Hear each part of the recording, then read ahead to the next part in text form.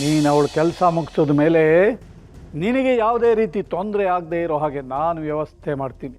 ಸರಿಯಪ್ಪಯ್ಯ, ನಾನೆಲ್ಲ ನೋಡ್ಕೊತೀನಿ.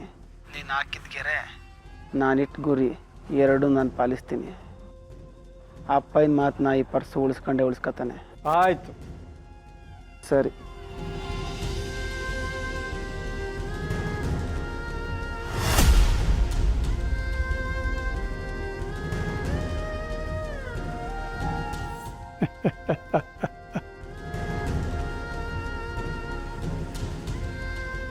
ರತ್ನ, ಯಾರದ್ರಿ ಫೋನು? ಹುಸಪ್ಪ, ಜೀವ ಬಾಯಿಗೆ ಬಂದ್ಬಿಡ್ತಲ್ಲೋ. ಅದು ನಮ್ಮ ಕ್ವಾರ ಐಕ್ಲು ಫೋನ್ ಮಾಡಿದ್ರು. ನಡಿ, ನಾವು ಸ್ವಿಮ್ಮಿಂಗ್ ಪೂಲ್ ಹತ್ರಕ್ಕೆ ಹೋಗಮ್ಮ.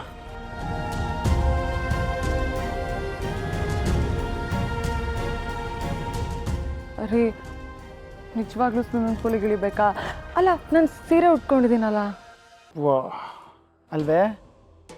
ಸರಿ, ಹಂಗಾರೆ ಒಂದು ಕೆಲಸ ಮಾಡು, ಇಳಿಯೋದು ಬೇಡ, ಇಲ್ಲೇ ಕುತ್ಕೊಂಡು ಕಾಲನ್ನ ನೀರೊಳಗೆ ಬಿಟ್ಕೊಂಡು ಹಂಗೆ ಆಟಾಡು. ರೀ, ನನಗೋಸ್ಕರ ನೀವು ಯಾಕೆ ಈಜು ಹೊಡೆಯೋದು ಬಿಡಬೇಕು? ನೀವು ಈಜು ಹೊಡೀರಿ, ನಾನು ನೋಡ್ತೀನಿ. ರತ್ನಿ, ಅದು ನಿಂಗೆ ಹೊಸಿ ನೀಜು ಬರೋಕ್ಕಿಲ್ವೇ?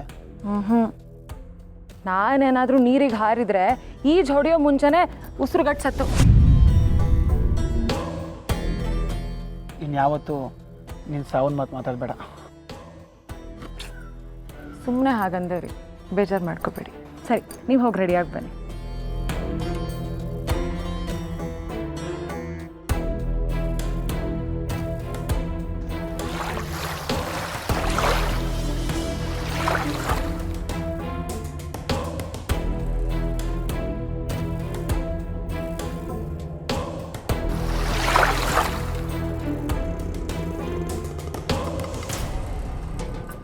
ಇದು ಒಳ್ಳೆ ಅವಕಾಶ. ಸುಮ್ಮನೆ ಹಂಗೆ ಒಂದು ಕಿತ ತಳ್ಬಿಟ್ರೆ ಡೈರೆಕ್ಟ್ ಶಿವನ ಪಾದ ಸೇರ್ಕೊಬಿಡ್ತಾಳೆ.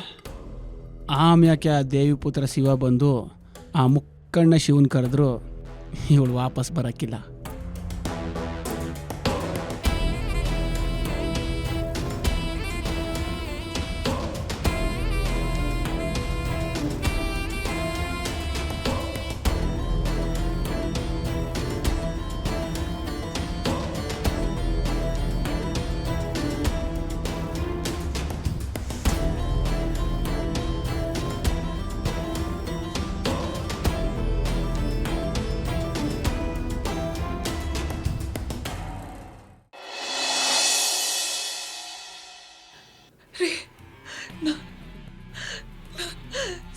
ಸತ್ತೋದೆ ಅನ್ಕೊಂಡೆ.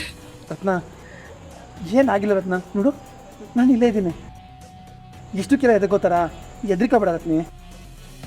ಹೆಂಗ್ ಬಿದ್ರಿ ಮೇಡಮ್? ಯಾರೋ ಹಿಂದಿಂದ ಬಂದು ದೂಡ್ದಂಗಾಯ್ತು ಸರ್.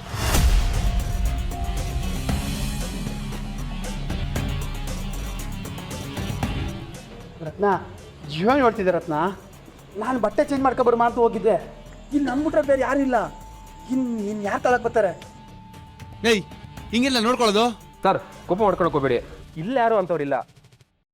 ಬೇಕಿದ್ರೆ CC ಕ್ಯಾಮ್ರಾ ತೆಗ್ಸಿ ನೋಡ್ತೀವಿ.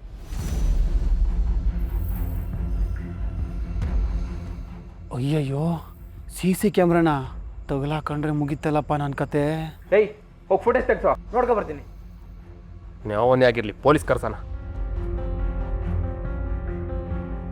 ನಾನೇನಾದ್ರೂ ಸತ್ತೋಗಿದ್ರೆ ನಿಮ್ಮನ್ನು ಯಾರು ನೋಡ್ಕೋತಿದ್ರು? ನೆನ್ಸ್ಕೊಂಡ್ರೆ ತುಂಬ ಭಯ ಆಗುತ್ತೆ.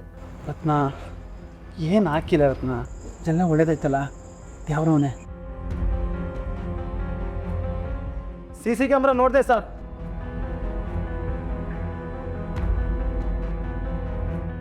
ಥೂ, ಇವಾಗ ಕಾದೈತಲ್ಲ ನಂಗೆ ಮಾರಿ ಹಬ್ಬ. ಏನು ಮಾಡೋಣ? ಕ್ಯಾಮ್ರಾದಲ್ಲಿ ಏನಾದರೂ ನಾನೇ ತಳ್ಳುದ್ದು ಅಂತ ಗೊತ್ತಾಗೋದ್ರೆ ಇನ್ಯಾವತ್ತು ಇವಳು ನಂಬಿಕೆ ಉಳಿಸ್ಕೊಳಕ್ಕಾಗಿಲ್ಲ. ಶಿವನ ಮುಂದೆ ಎಲ್ಲನೂ ಓದ್ಬಿಡ್ತಾಳೆ. ಆವಾಗ ನಾನು ಅಪ್ಪ ಒಟ್ಟಿಗೆ ಹೊಂಟೈತೀವಲ್ಲ.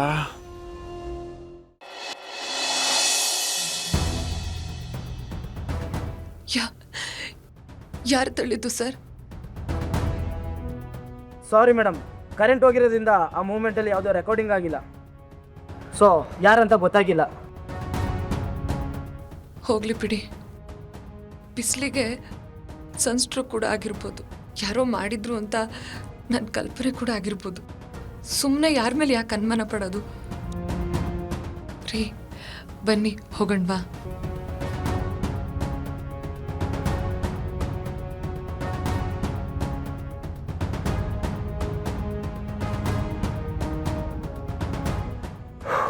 ಪುಣ್ಯ ಮೇಡಮ್ ಆಗಿದ್ದಕ್ಕೆ ಸುಮ್ಮನೆ ಬಿಟ್ಟರು. ಬೇರೆಯವ್ರಾಗಿದೆ ದೊಡ್ಡ ಕೇಸ್ ಮಾಡಿರೋರು. ನಮ್ಮ ನಸೀಬ್ ಚೆನ್ನಾಗಿದೆ. ಕಾಂಪ್ಲಿಮೆಂಟ್ರಿಗೆ ಅಂತ ಇವತ್ತು ನೈಟ್ ಅವ್ರಿಗೆ ಫಸ್ಟ್ ನೈಟ್ ಸೆಟಪ್ ಅರೇಂಜ್ ಮಾಡ್ಸೋಣ. ನವ ಜೋಡಿ ಖುಷಿಯಾಗಿರ್ಲಿ. ಬನ್ನಿ. ನಾಳೆ ಬೆಳಿಗ್ಗೆ ಬೇಗ ಎದ್ದು ರೆಡಿ ಆಗಿಬಿಡ್ಬೇಕು. ಎದ್ದೇಳಿಸಿದ ತಕ್ಷಣ ಎದ್ದೇಳಬೇಕು, ನಖರ ಮಾಡಬಾರ್ದು. ಪಾರು ಭಾಳ ವರ್ಷಗಳ ಮೇಲೆ ತಂಬಿಟ್ಟು ನಾ ಮಡಿಯಿಂದ ಮಾಡೀನಿ.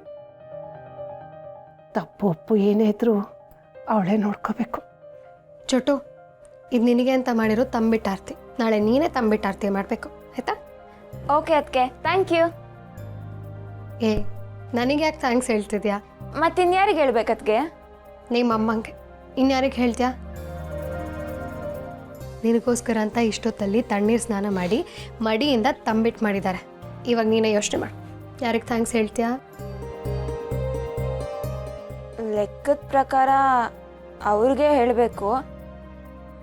ಆದರೆ ನಮಗೋಸ್ಕರ ಯಾರಾದರೂ ಕಷ್ಟಪಟ್ಟು ಏನಾದರೂ ಕೆಲಸ ಮಾಡಿದರೆ ಅವ್ರಿಗೊಂದ್ಕಿಂತ ಕೃತಜ್ಞತೆ ಹೇಳೋದು ನಮ್ಮ ಕರ್ತವ್ಯ.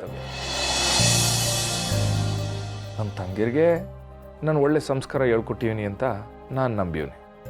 ಅದನ್ನ ನಡೆಸೋದು ಬಿಡೋದು ನಿಮಗೆ ಬಿಟ್ಟಿದ್ದು.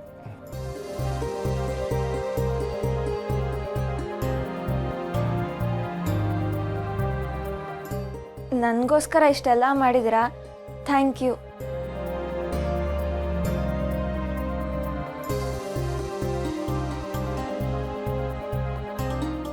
ಅದಕ್ಕೆ ಅತ್ತೆ, ಖುಷಿನಾ? ಖುಷಿನೇ, ಸ್ವಲ್ಪ ಖುಷಿ. ನನ್ನ ಮಕ್ಕಳೆಲ್ಲ ನನ್ನ ಅಮ್ಮ ಅಂತ ಒಪ್ಕೊಂಡು ನನ್ನನ್ನು ಪ್ರೀತಿಸ್ಬೇಕು. ನನ್ನ ಮಗ ತನ್ನ ತಾಯಿದೇನೂ ತಪ್ಪಿಲ್ಲ, ಒಳ್ಳೆಯವಳು ಅಂತ ತೀರ್ಮಾನಕ್ಕೆ ಬರಬೇಕು. ಆಗಲೇ ನನಗೆ ಫುಲ್ ಖುಷಿ ಆಗೋದು. ಯೋಚನೆ ಮಾಡಬೇಡಿ ಅತ್ತೆ, ಎಲ್ಲ ನಿಧಾನವಾಗತ್ತೆ. ಆಗ್ಲವ ನೋಡು, ಸಂದಕಾಯ್ತಾ? ತುಂಬ ಚೆನ್ನಾಗಿದೆ. ಈಗ ಹೋಗಿ ಬೇಗ ಮಲ್ಕೊಳ್ಳಿ, ಬೆಳಿಗ್ಗೆ ಬೇಗ ದೇವಸ್ಥಾನಕ್ಕೆ ಹೋಗ್ಬೇಕಲ್ವಾ? ಹಾಂ.